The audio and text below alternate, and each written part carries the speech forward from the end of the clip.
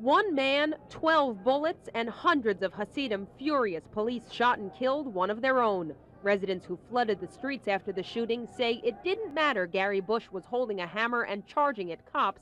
He still shouldn't have been killed. They could have stopped the hammer.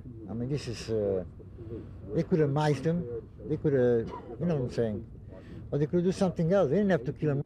Gary Busch lived alone in this basement apartment. Neighbors say they didn't know him well, but police are starting to. Cops say Busch was mentally ill and in and out of the hospital. They say he was also a drug user. Police found 6 bags of marijuana in his apartment. Neighbors say none of that means he was a threat. And obviously, I think I was a harmless guy. He was seen around, he walked around barefoot, he wore a shawl, and he just, he prayed outside. He didn't bother anybody. But police say the 6'3", 159-pound man was swinging a hammer at officers, leaving them no choice but to open fire. In the end, 12 shots were fired. 12 shots hit Gary Busch. This isn't the movies. You don't shoot hammers out of hands. You don't shoot people in the leg.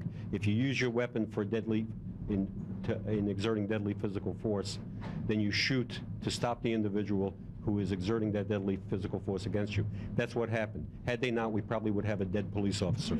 The shooting drew hundreds of angry Hasidim into the street Monday night to protest the police action. Tuesday, they were back out asking questions and handing out flyers about the shooting. The largely Orthodox neighborhood has traditionally had a good relationship with police. The mayor is hoping this won't change it. My message is to support the police and give them the benefit of the doubt. How often have they been there for the Borough Park community? How often have they put their lives at risk to protect the Borough Park community?